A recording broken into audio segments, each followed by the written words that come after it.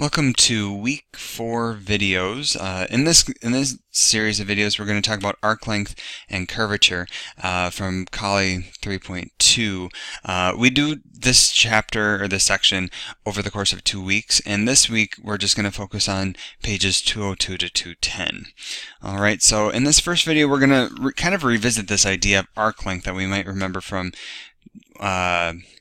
Calculus 1, but the idea of arc length was, okay, well, if we have a function, okay, an xy function, and we have a curve that looks like this, maybe, I don't know, and then we have this curve starting at a value of a on the x-axis, and then it would finish at a point B on the x-axis, and I should probably give this thing a name, so I'll call it f of x.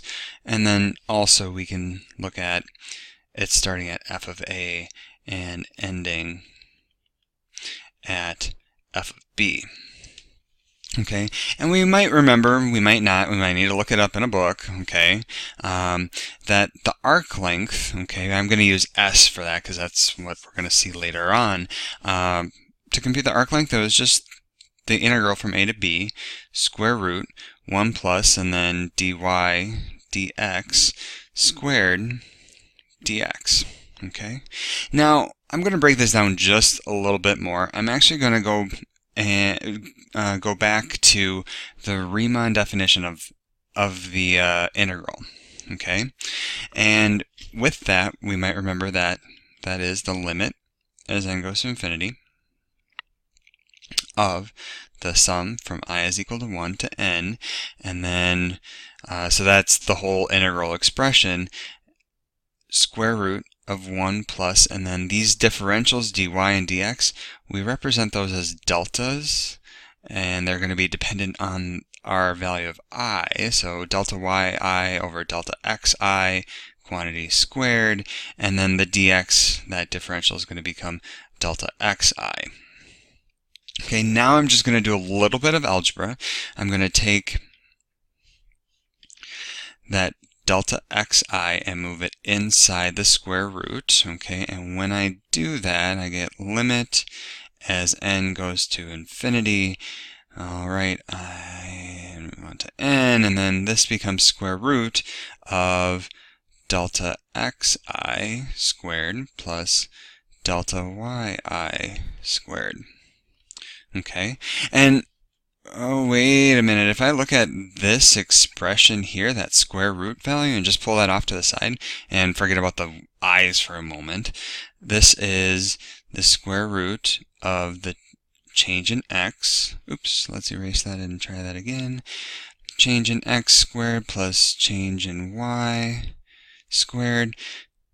That's just the distance, right? And that actually makes sense because what I'm doing is partitioning this curve into some number of pieces, n pieces in this case, and so this would be, okay, this the first one would be our starting point, x0, and then this next one would be x1, and then x2, etc., etc., and then this last piece would be the nth piece, right?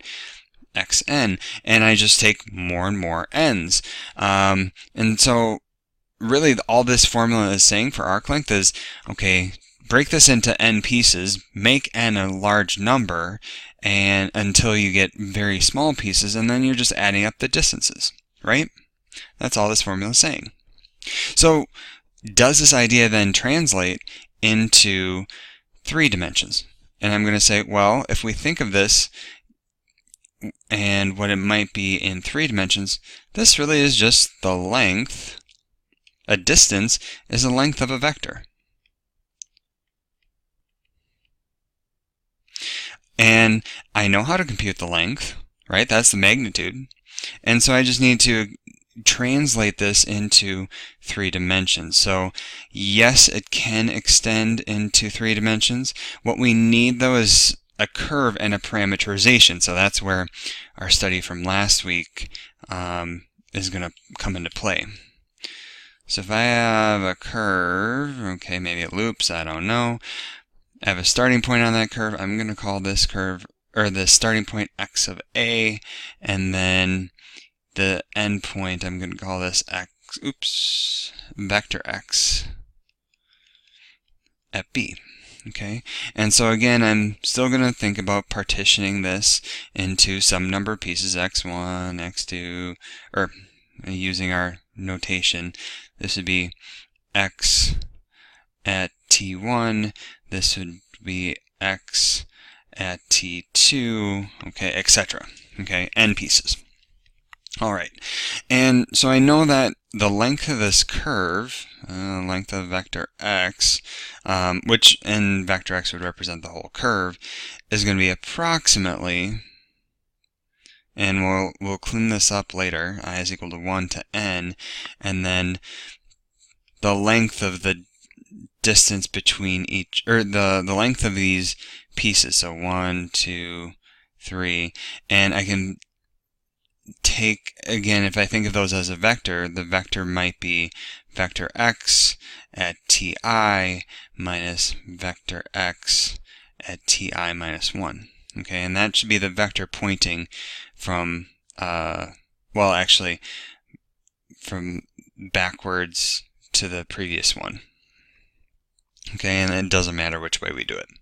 All right, so all I have to do is add these pieces up, right? Well, let's see. The next step isn't completely obvious. What I'm going to do is I'm going to multiply by a form of 1, and that form of 1 is going to be delta t over delta t. Okay, this will become apparent momentarily.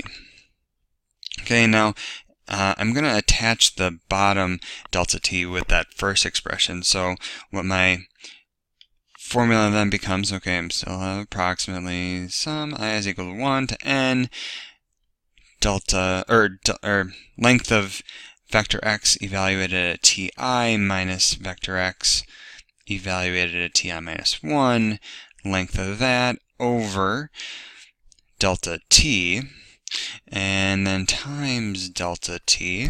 Okay, now this expression here, okay, that one, that reminds me a lot of change in y over change in x, right? I'm changing the x in the denominator, that's our t, and then changing the y, or that's really the difference in the output values, which, yeah, okay, so it seems like a little derivative-ish. Let's see if we can convince ourselves that it actually is a derivative. Well, let's look at what happens if, or as n goes to infinity. Well, if I take more and more pieces along this curve, what that's going to force is that delta t to approach 0, which is good because, again, I want that difference to be 0 for the derivative. And, well, approach 0, rather, for the derivative. And so, actually, this is enough to say that this whole expression here is going to be approximately the length of the derivative vector evaluated at ti. That's fun, okay? And then, so let's see if that's enough. So I have equals limit as n goes to infinity, sum I is equal to 1 to n, and then the length of the derivative vector, I forgot my little symbol there, times delta t. And it turns out that this is enough to say that the length of the curve, which we could use length of vector x, or if we wanted to use just length of the curve, and I gave this curve a title of c, this is going to be enough, which then translates neatly as the integral from a to b of the length of the vector x derivative at t dt. So this is going to be how we compute arc length.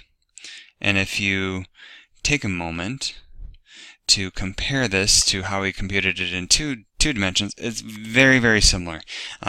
In 2 dimensions there was a square root, but that really was just a distance. Okay? And so in the next video we will get some experience going through and doing an example and seeing a few more notes on this arc length calculation.